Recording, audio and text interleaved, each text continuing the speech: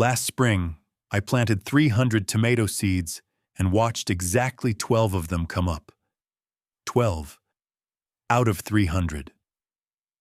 I stood there staring at my seed trays, feeling like the world's worst gardener.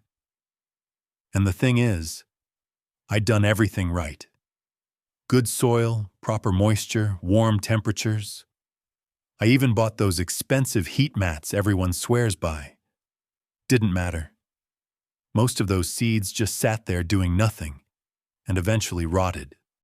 That's when I started digging into why seed germination fails so often, and what I found led me to a free powder that completely changed my results. We're talking germination rates that doubled, seeds breaking soil in half the time, and it cost me absolutely nothing. I've been gardening for over 15 years, and for most of that time, I thought slow, inconsistent germination was just something you accepted. You plant your seeds, you wait, you hope, and maybe half of them decide to cooperate. That was just how it worked. Or so I believed. 3 years ago, I stumbled onto some old agricultural research from the 1940s. Farmers back then didn't have access to all the commercial products we have now, so they experimented with what they had. And one thing kept showing up in report after report. A simple powder that dramatically improved how quickly and reliably seeds sprouted. I was skeptical. Honestly, I almost didn't try it because it seemed too simple. But I had nothing to lose, so I ran my own test. I took 50 pepper seeds, soaked half of them in plain water, and soaked the other half in water mixed with this powder. The difference was obvious within 4 days. The treated seeds had already pushed out roots, while the plain water seeds were just starting to crack open. By day 7, I had seedlings from the treated batch. The control group took almost 2 weeks to reach the same point. That single experiment convinced me I was onto something real. Here's what nobody tells you when you start growing from seed. The failure rate is absolutely brutal. Industry estimates suggest that home gardeners lose between 40 and 60% of their seeds to failed germination. Think about that for a second. You buy a packet of seeds for $4 or $5, and statistically, half of them are never going to become plants. That's money in the trash. And it's not because you're doing anything wrong. Seeds are living things, and they're picky about conditions.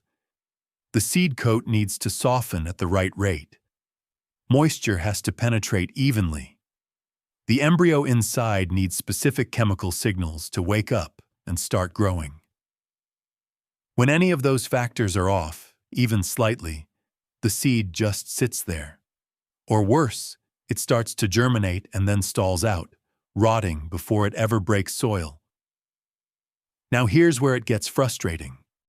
The gardening industry knows all of this.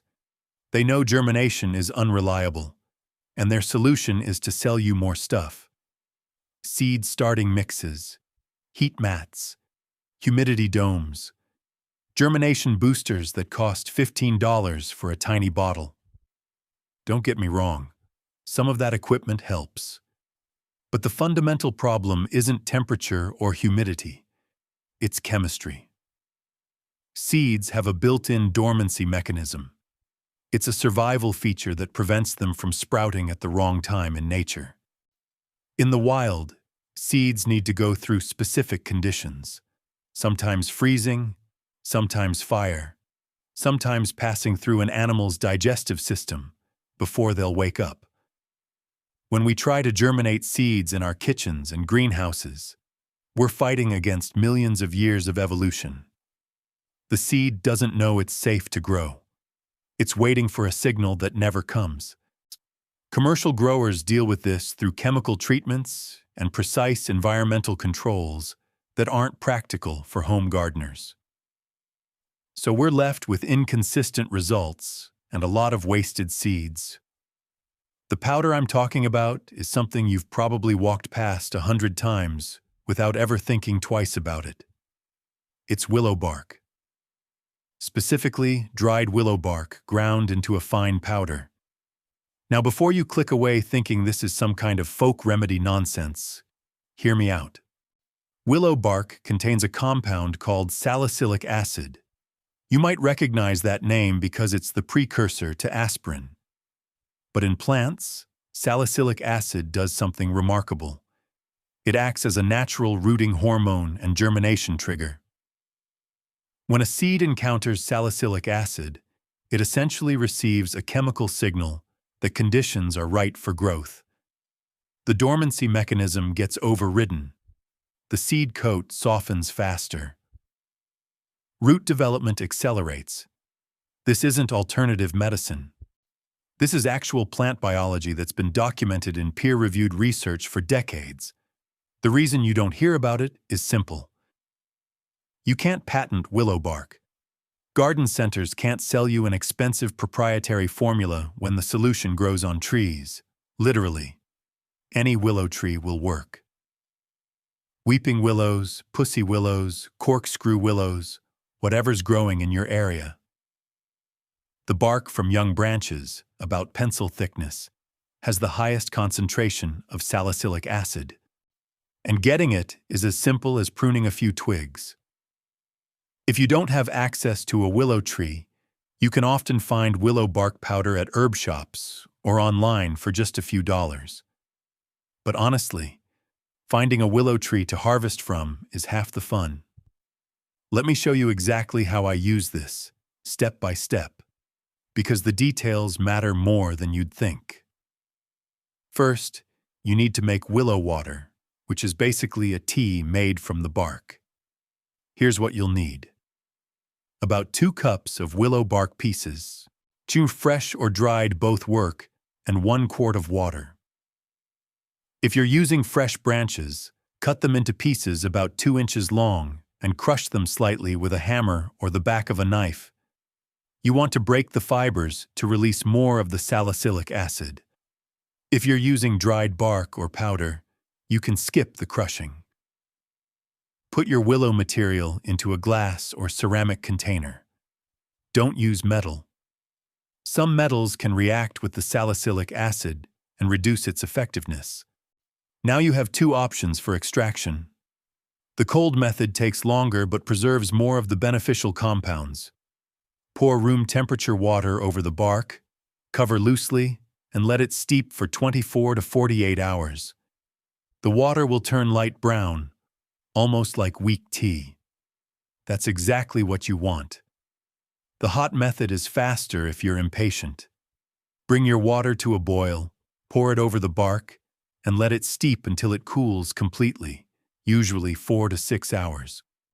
The hot method extracts compounds faster, but may break down some of the more delicate growth hormones.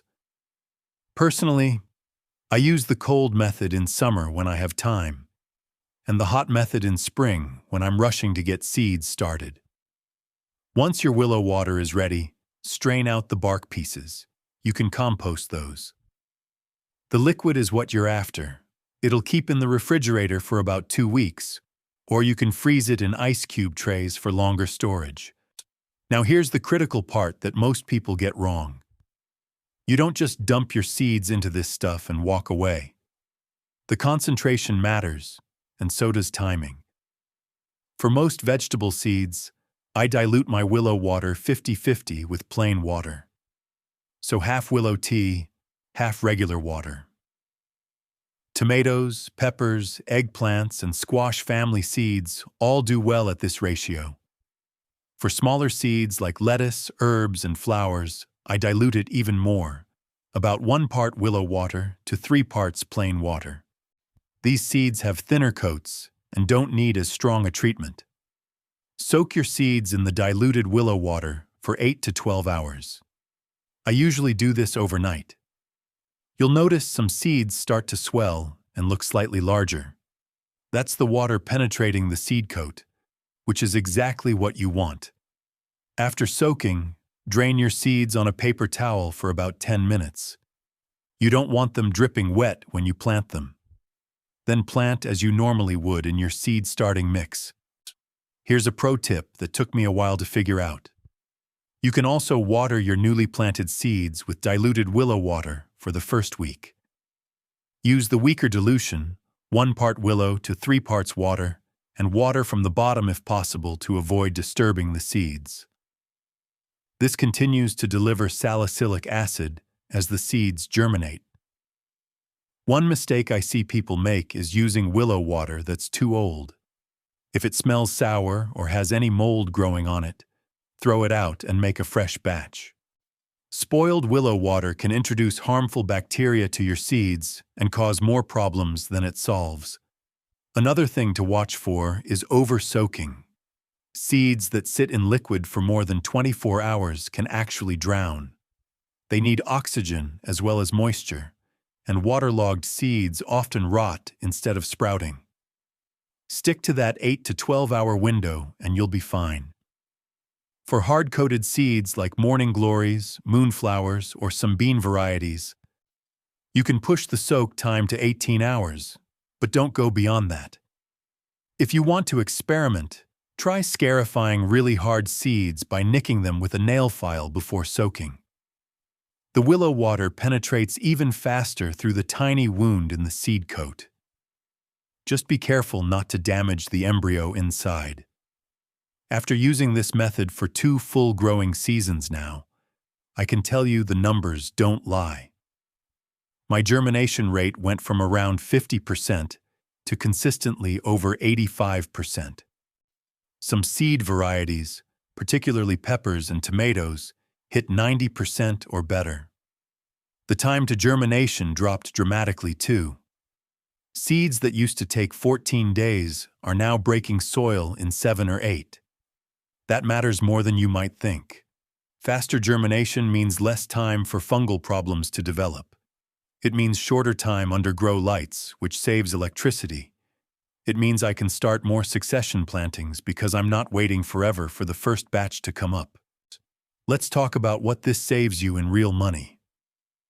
A packet of heirloom tomato seeds runs about $4 and contains maybe 50 seeds. At 50% germination, you're getting 25 plants for your money.